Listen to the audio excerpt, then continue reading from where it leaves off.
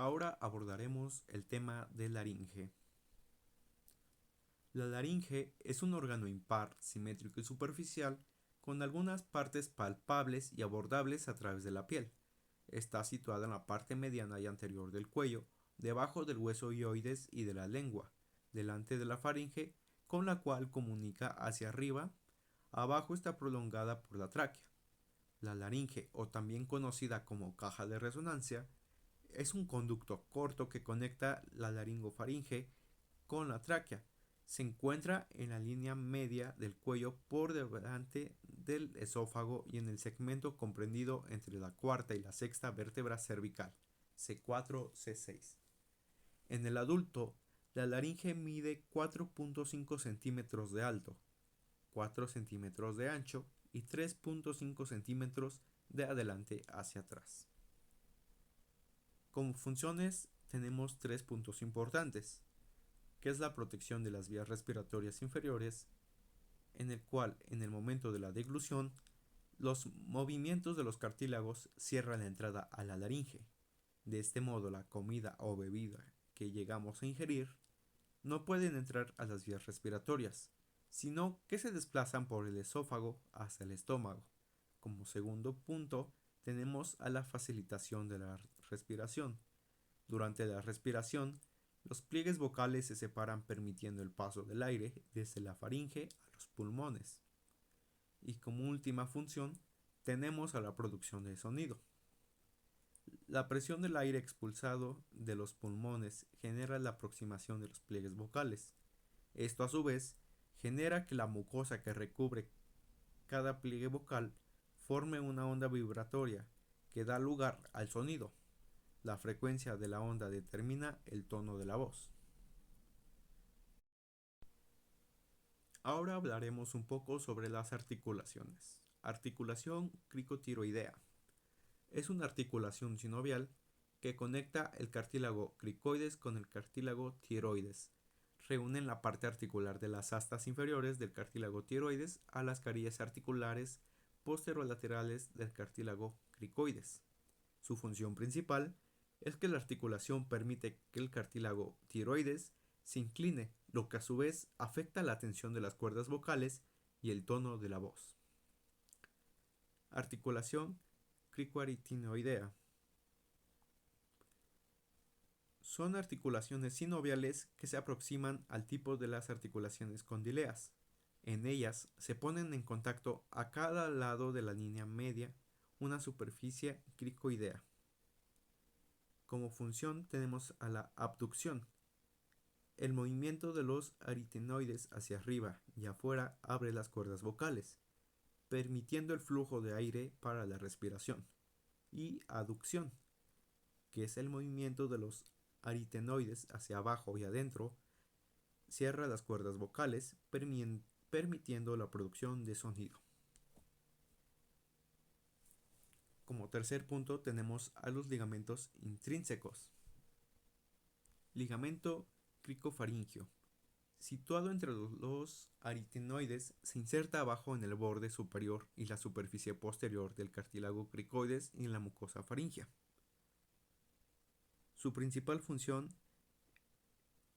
es un músculo estriado que se contrae para cerrar el esófago y evita el reflujo esofágico.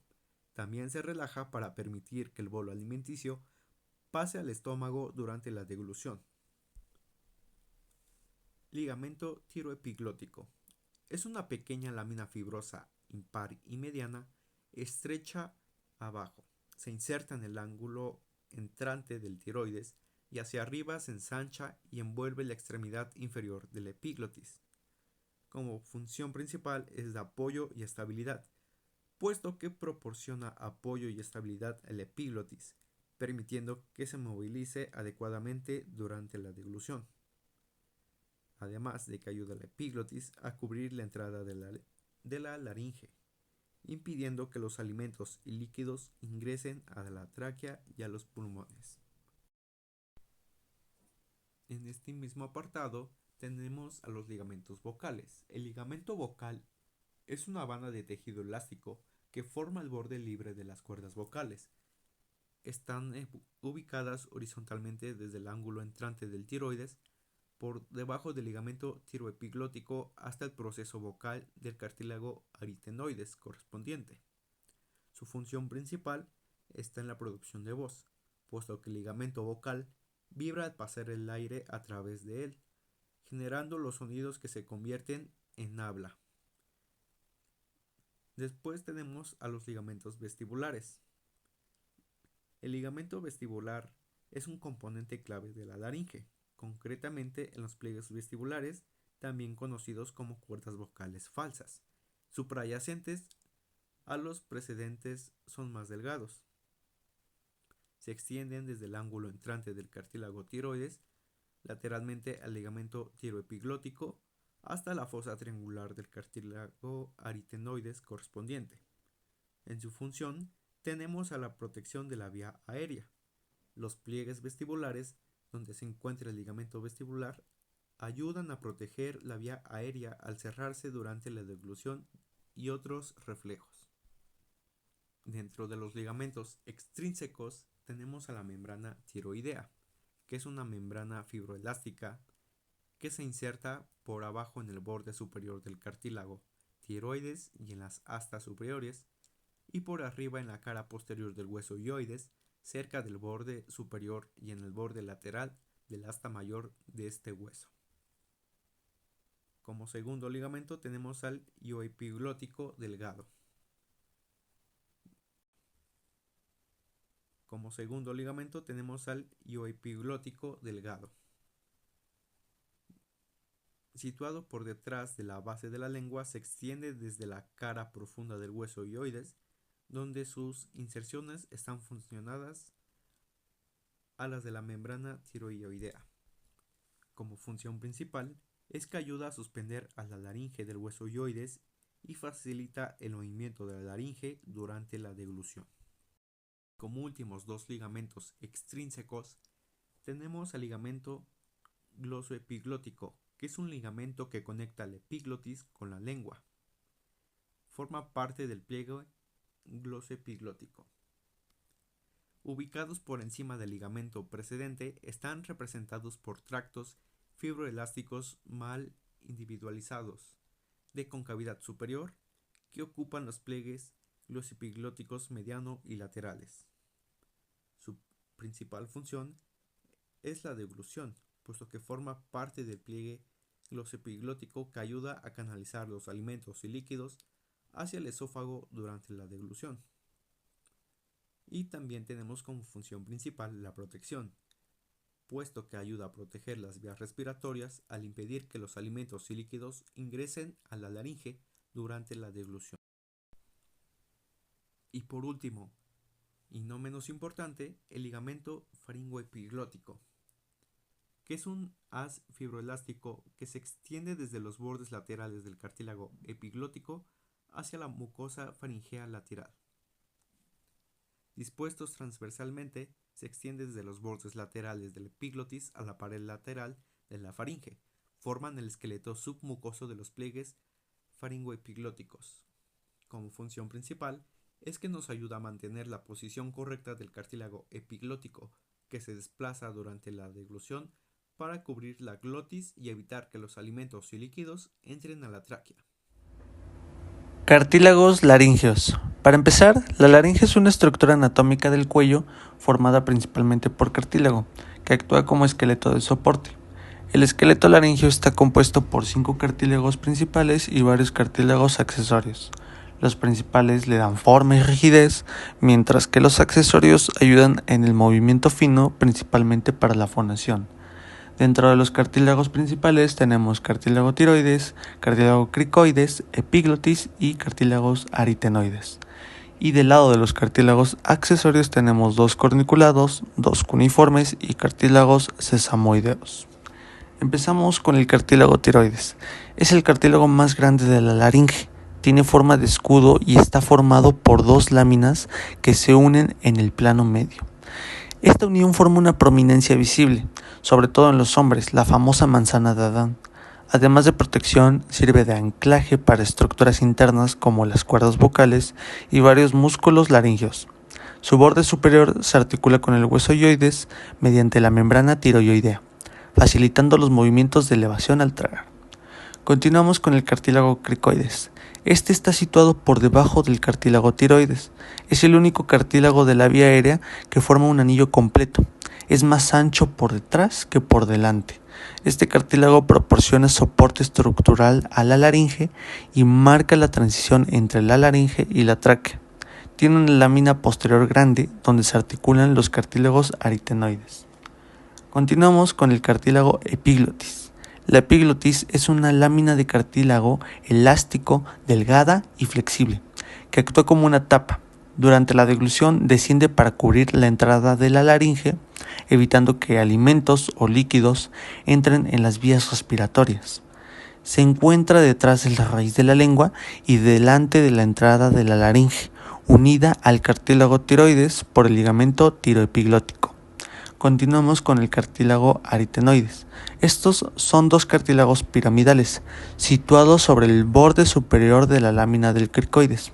Su base permite la articulación y desplazamiento de las cuerdas vocales verdaderas. Cuando los cartílagos aritenoides giran o se deslizan, modifican la tensión y separación de las cuerdas vocales, regulando así la producción de sonidos. Ahora bien, vamos con los cartílagos accesorios.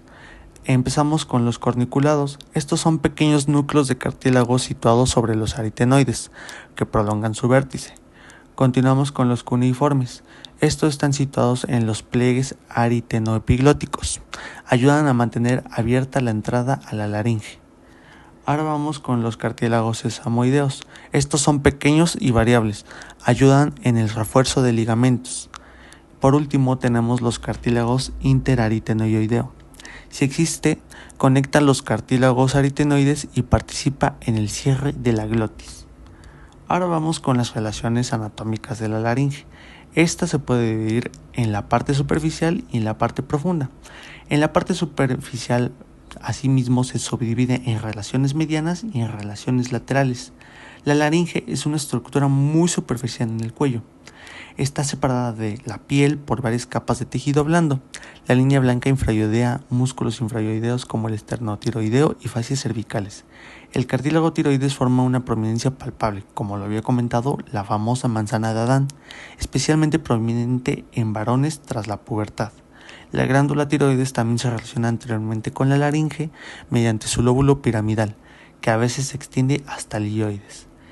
Y dentro de las relaciones laterales tenemos los planos superficiales donde podemos encontrar piel, plastima, músculos infrayoideos como esternoioideo, esternotiroideo y homoioideo.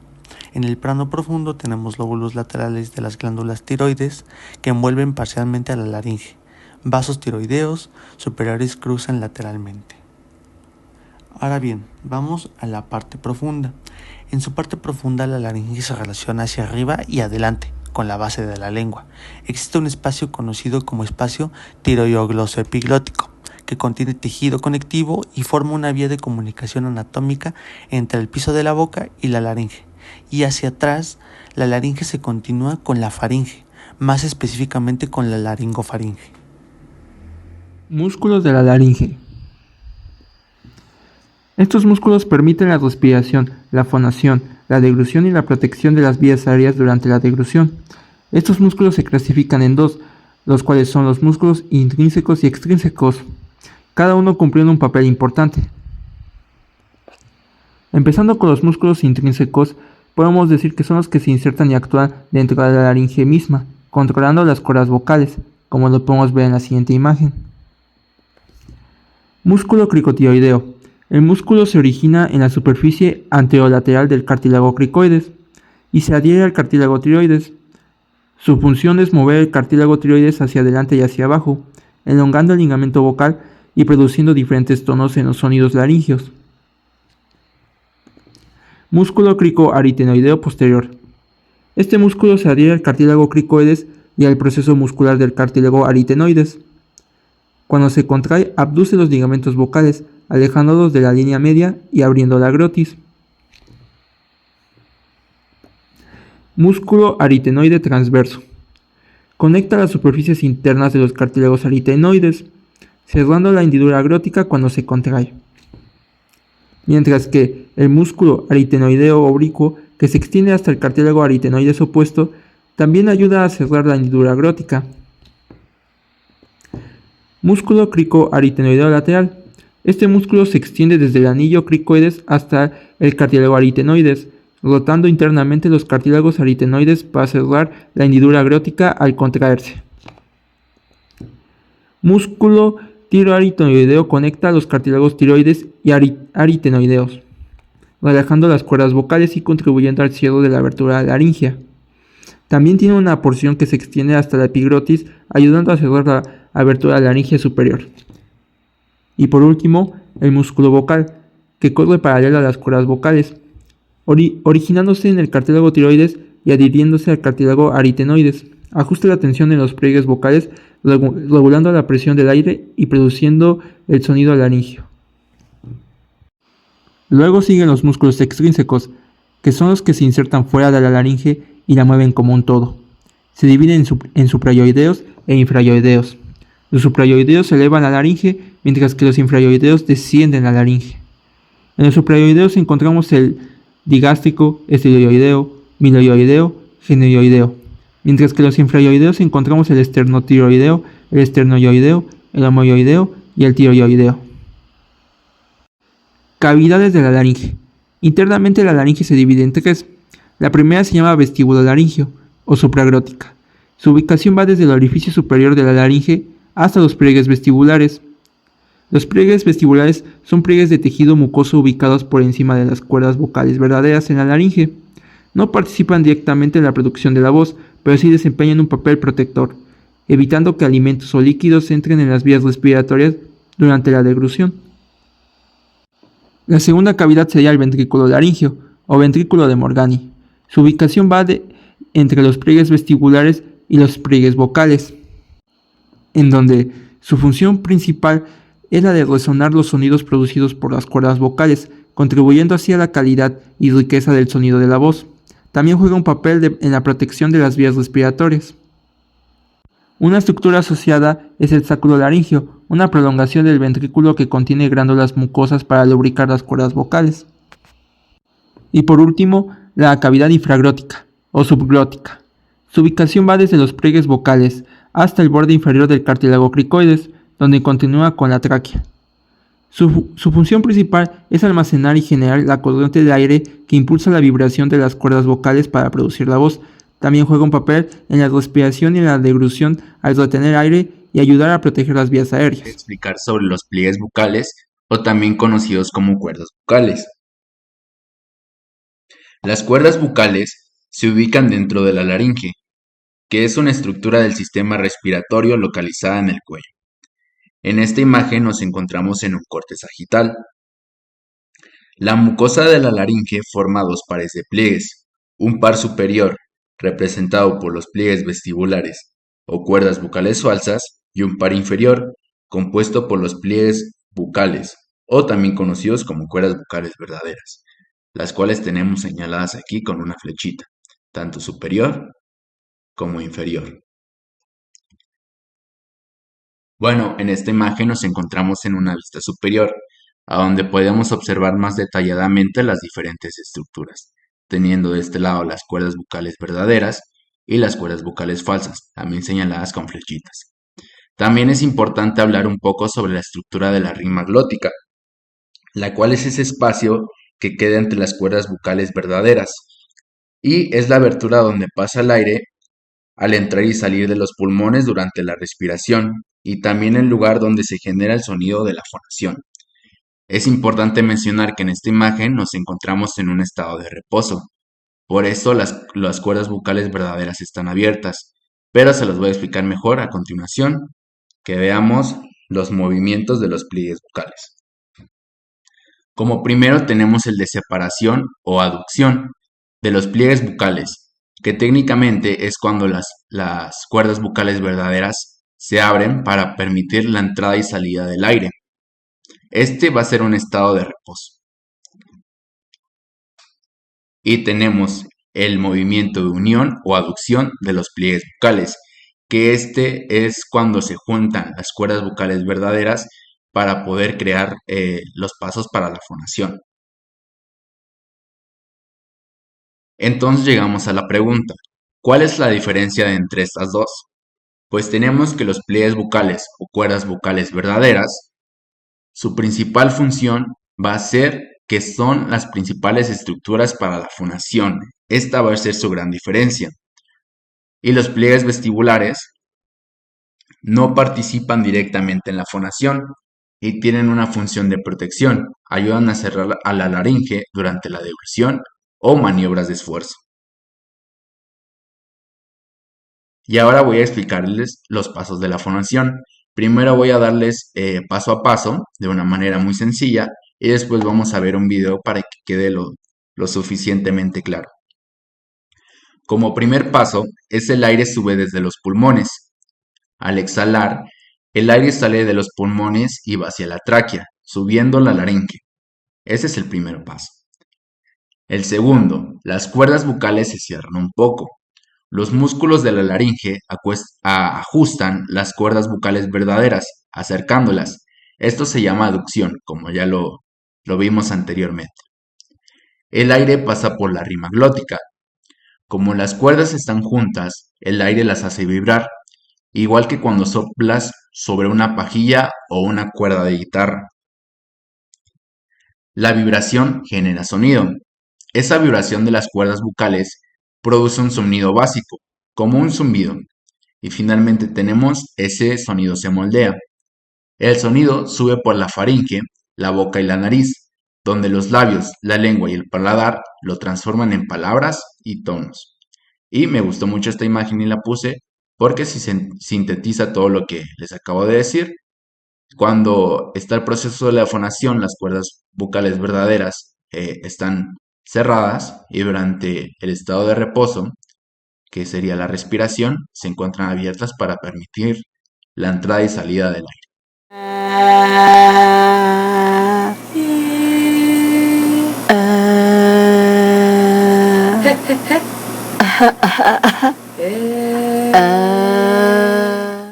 La laringe es una estructura la cual sí sus principales funciones es la fonación y la respiración, pero también va a estar estructurada principalmente de un aporte venoso, un aporte vascularizado y un aporte nervioso, los cuales van a ser importantes para el correcto funcionamiento de cada una de las estructuras de la laringe. La inervación. La inervación de la laringe depende principalmente del nervio vago. Esta va desde el cráneo y va a descender por el cuello para después desprender del nervio laringio superior, el cual se va a dirigir hacia la laringe.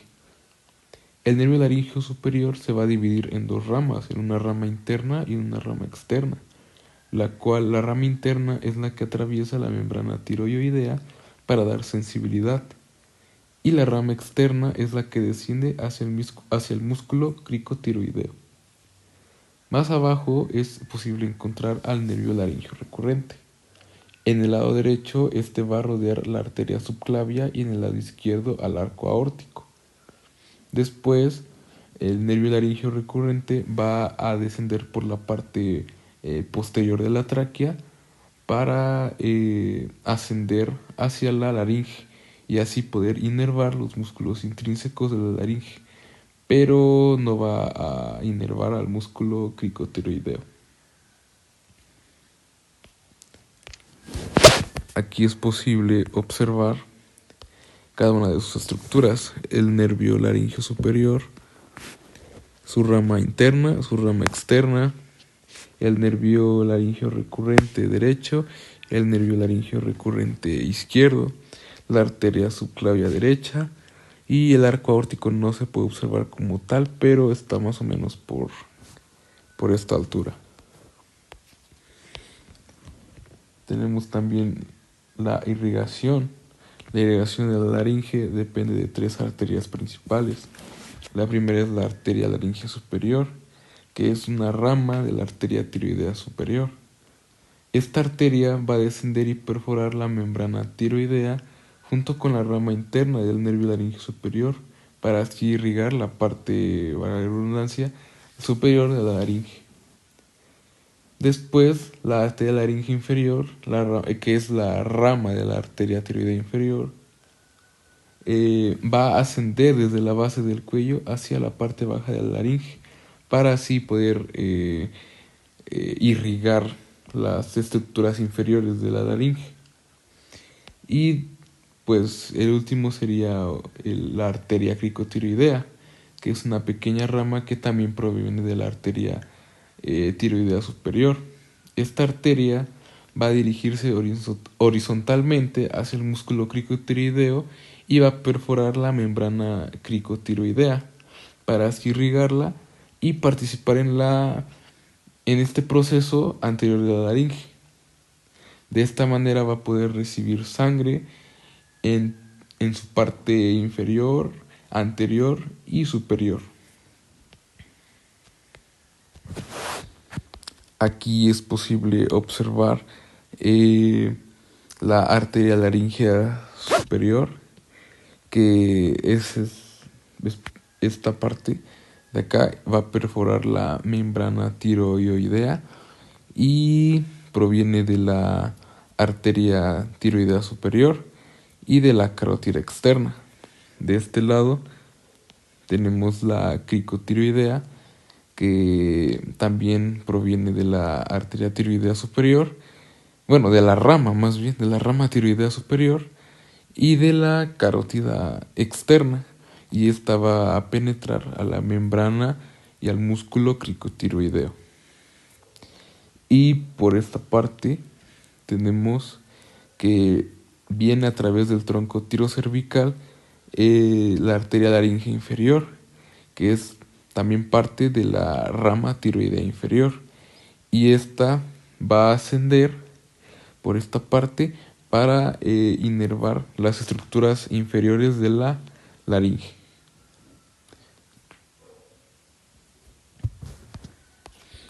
Por último, tenemos el drenaje venoso. El drenaje venoso de la laringe sigue el mismo patrón que la irrigación, solamente que este recoge la sangre de la parte superior de la laringe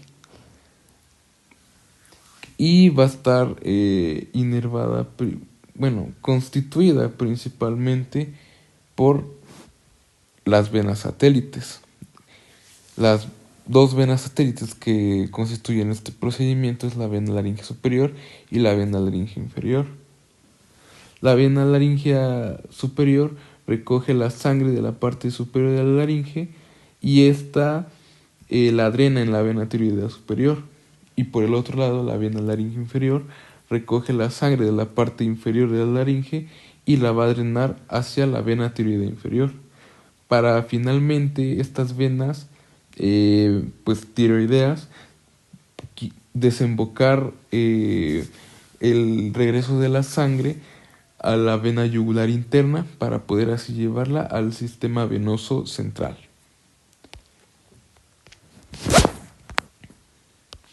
Aquí podemos ver la vena laringea superior es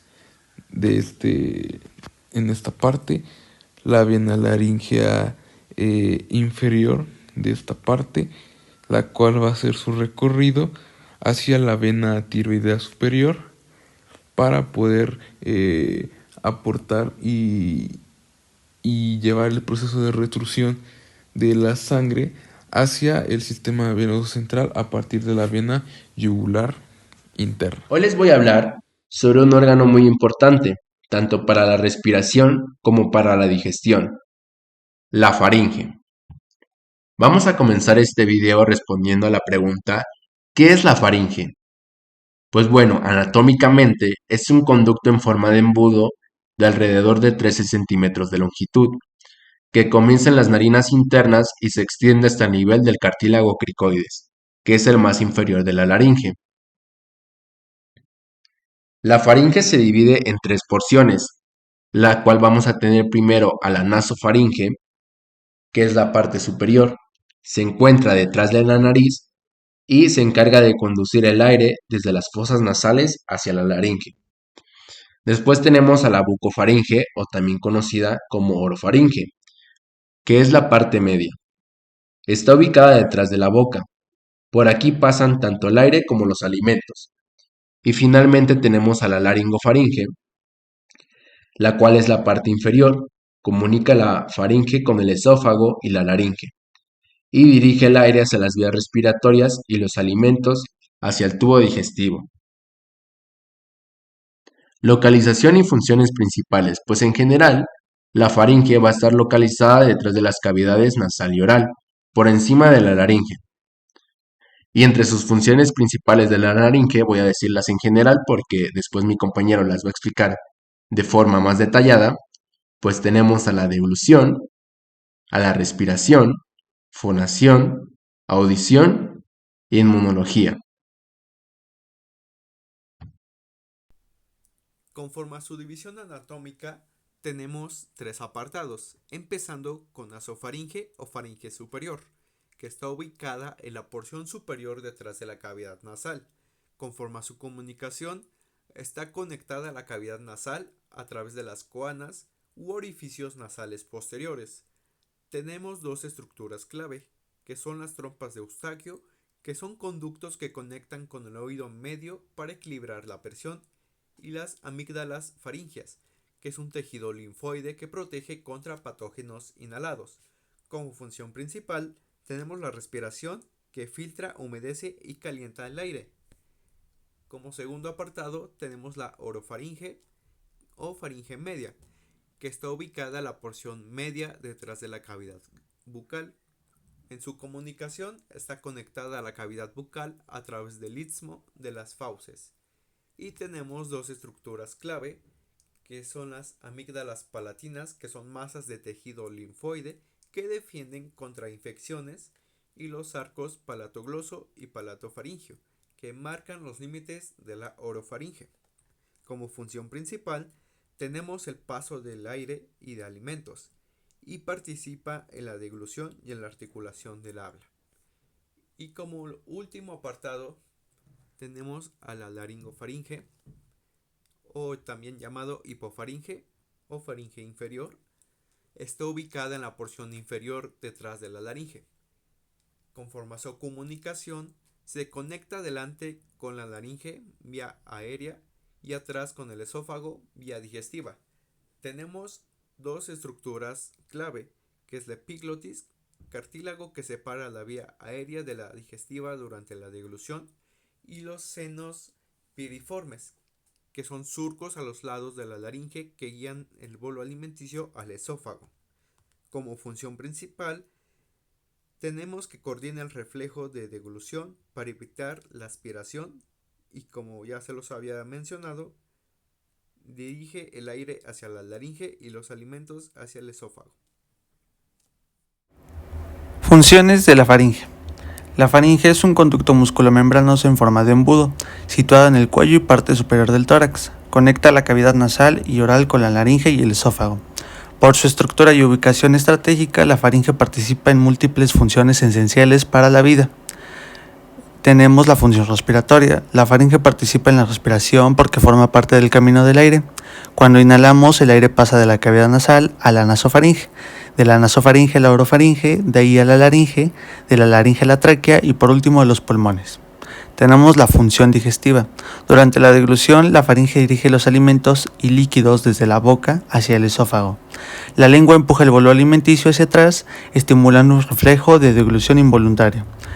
En resumen, la laringe actúa como una encrucijada que dirige aire hacia la tráquea y alimento hacia el esófago. Tenemos la función de fonación. La faringe actúa como una cámara de resonancia para el sonido producido en la laringe. Cuando hablamos, las cuerdas vocales vibran y el sonido viaja hacia la boca pasando por la faringe. Después tenemos la función inmunológica. En la faringe, especialmente en la nasofaringe, encontramos tejido linfoide, que forma parte del anillo linfático. En este encontramos amígdalas faríngeas, amígdalas palatinas, amígdalas linguales. ¿Qué hacen?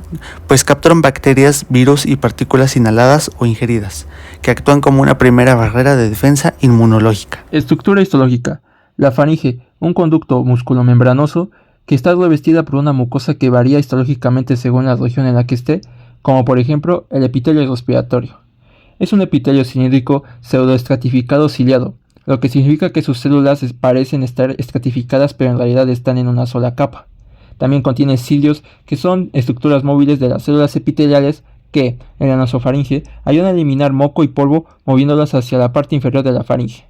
También contiene células caliciformes que secretan moco y que ayudan a humedecer y proteger las vías respiratorias. Y también debajo del epitelio se encuentra la lámina propia, una capa de tejido conectivo laxo que contiene vasos sanguíneos, glándulas y células inmunitarias. Mientras el tipo de epitelio que contiene la orofaringe y la laringofaringe es un epitelio plano estratificado no queratinizado, lo que significa que las células más superficiales son aplanadas y no contienen queratina, y un componente que endurece a las células. Sus funciones es que este tipo de epitelio brinda protección contra la abrasión y la pérdida de agua. Además permite la absorción de sustancias a través de la superficie. Y por último encontramos los músculos de la faringe, que es el constrictor superior, medio e inferior, que son un grupo de músculos que se encuentran en la pared de la faringe y ayudan en la deglución. Empecemos por el constrictor superior, que se origina en el cráneo y se inserta en el rafe medio faríngeo. Contrae la parte superior de la faringe durante la deglución. El constrictor medio se origina en el hueso hioides y el ligamento estiloideo y se inserta en el rafe medio faríngeo. Contrae la parte media de la faringe durante la deglución. Y por último, el constrictor inferior. Se origina en la laringe y se inserta en el rafe medio faríngeo. Contrae la parte inferior de la faringe durante la deglución, contribuyendo a la apertura de la entrada al esófago. En cuanto al aspecto clínico de la faringe, vamos a entender que existen 4 padecimientos clínicos. Estos son los más destacables debido a su mayor recurrencia en cada uno de los pacientes. En primer lugar tenemos la faringitis. La faringitis es la inflamación de la faringe causada por infecciones virales o bacterianas. Clínicamente produce dolor al tragar, enrojecimiento, fiebre y en casos bacterianos exudado purulento. El diagnóstico puede ser clínico y el tratamiento muchas veces depende de la causa. Sintomático en infecciones virales y es tratable con antibióticos en las bacterianas. La apnea del sueño ocurre cuando hay una obstrucción de la vía aérea superior durante el sueño, mayormente por colapso de estructuras orofaríngeas como el velo del paladar y las amígdalas. Tiene una relación con la obesidad y otras alteraciones anatómicas. Los pacientes como un síntoma suelen presentar mayormente un ronquido intenso, somnolencia diurna y cefalia. Este padecimiento es diagnosticado con polisomnografía y es tratable con cirugía o con CPAP. Los abscesos faringeos son colecciones de pus, usualmente periamigdalinos o retrofaringeos. Mayormente son causadas por infecciones bacterianas. Tienden a manifestarse con dolor severo, trismus, voz apagada y fiebre. El diagnóstico es clínico y principalmente de imagen. Y el tratamiento requiere drenaje quirúrgico y antibióticos intravenosos. Último lugar tenemos la disfagia. La disfagia se define por la dificultad para tragar. Puede ser orofaríngea o esofágica. Entre sus causas están los accidentes cerebrovasculares y tumores. Clínicamente se presenta con tos al deglutir, regurgitación nasal y pérdida de apetito y peso. Se diagnostica con historia clínica y estudios de imagen, y su tratamiento depende mucho de la causa. Esos padecimientos son los cuales presentan alteraciones en la faringe y pueden impactar tanto en funciones vitales como es la deglución y la respiración. Y a manera de concluir, podemos decir que la faringe tiene 3 papeles importantes dentro de 3 sistemas, como es en la comunicación, donde la orofaringe y la laringofaringe intervienen en la producción de sonidos al actuar como cámara de resonancia y canal para el aire que vibra en las cuerdas vocales, lo que es también la conexión con la cavidad bucal que permite modular el habla y la articulación de palabras. Dentro de la respiración, la nasofaringe filtra, humedece y calienta el aire inspirado antes de que llegue a la laringe y a la tráquea. Y en lo que es en las trompas de Eustaquio, equilibran la presión del oído medio, crucial para la audición.